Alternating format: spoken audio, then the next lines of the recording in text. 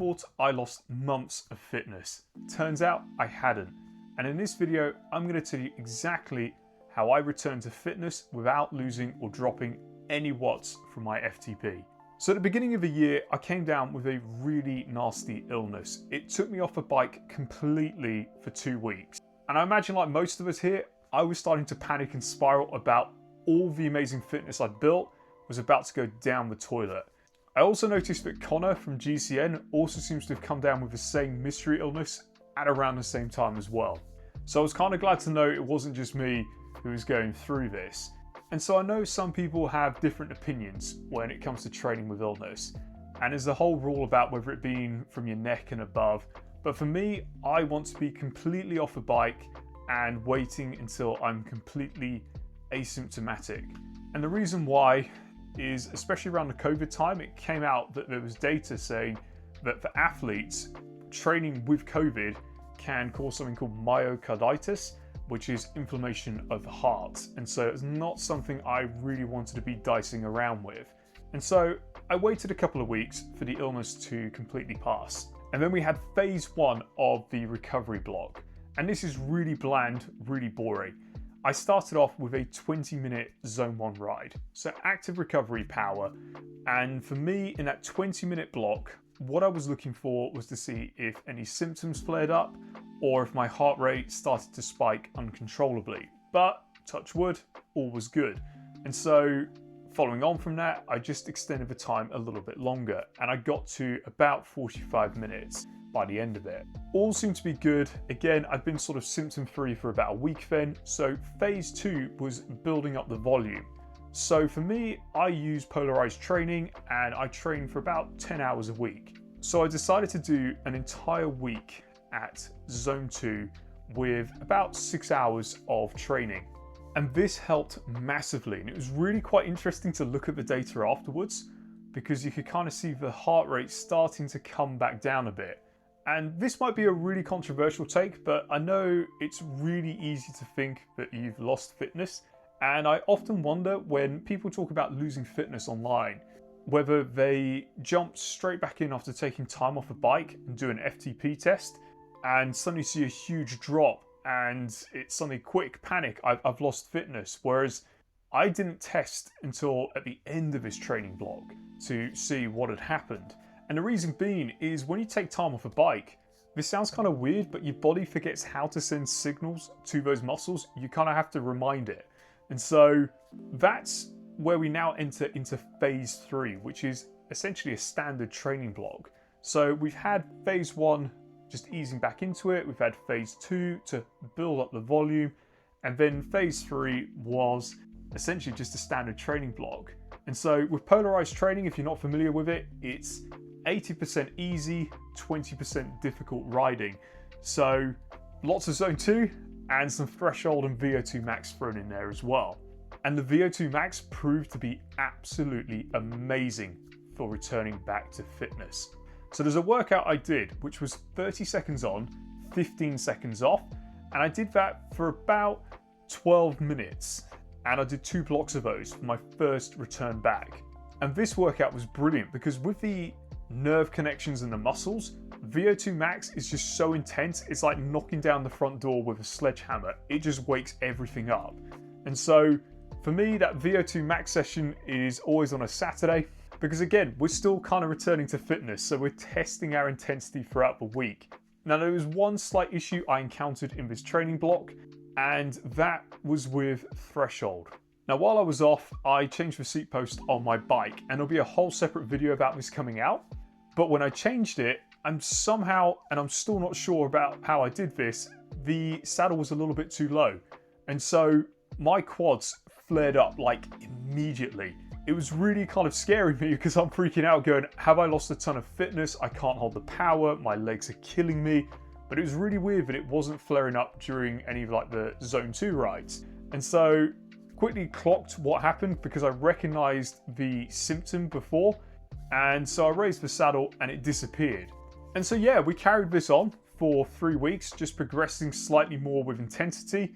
And then we came to the deload week. So we just dialed back the volume a bit and just let those adaptations come back.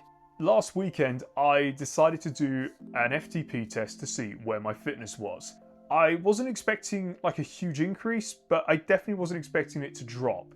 And so if you've been watching this channel, you might know that I seem to be allergic to the 20-minute FTP test. There's just something about it I seem to crack mentally about halfway through, and I still am working on this. And so I found out about something called the Collymore FTP test, and I decided to do that. And so I'd hold about 92% of my target FTP, 15 minutes at the target FTP, and then do a very subtle ramp until failure, and the total average of that ride would be my FTP.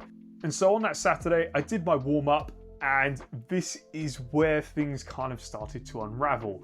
And I share this as a cautionary tale because I had no idea about this. So I wanted to control the cadence and the gearing on the bike. So I set a workout up and said, right, this is the target power, just so I could have it on like the Zwift display. So I'm not looking in the little corner like what you get when you do a free ride. I wanted a really big number I could see, like this is the power I'm holding and this is my target. So I just don't have to think about timers or anything. And it turns out if you set virtual shifting and you turn erg mode off, it still applies like a weird erg mode limiter to it. It's really weird because the first few minutes I thought, wow, I'm like really good at pacing this. And then very quickly realized that, hold on here, my legs are really starting to hurt. Like, where's this weird torque coming from? And that was it. It was like erg mode was like semi on, which was really frustrating. So I immediately cancelled the workout as soon as I did the first 10 minutes, but my legs were cooked at this point. Like, I was really hurting. And so I got about 10 minutes into the target FTP block, but yeah, I was done. My legs were just really bad shape. So all was not lost because I decided, being a bit crazy, I looked at the situation and went, look, you've done about 20-ish minutes of threshold. Why don't we just come back and try this again tomorrow? And I tell you what, if this had been a 20-minute test, I think the soreness and fatigue would have been so high, I probably wouldn't have done it. But you know what? I was feeling okay. The next day, my legs were, let's just say, not 100%, but you know, we could still do the test.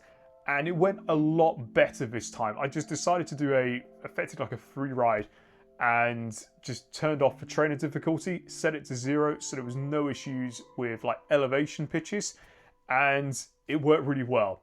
This time I could hold the power, there was no weird torque, erg mode wasn't like randomly turning on halfway through, and this went a lot better. And so before I reveal the number, before I got sick, I'd worked out through a long threshold climb and a race, but my FTP was around 325 watts. And with this other test I did on Sunday, I got an average of about 320 watts. Now you might look at that and go, but hold on here, technically you've just lost 5 watts. And I'm going to give it the benefit of the doubt that the day prior I've just done this really weird effort that has cooked my legs, and I was coming into this test on that day with some fatigue in those legs.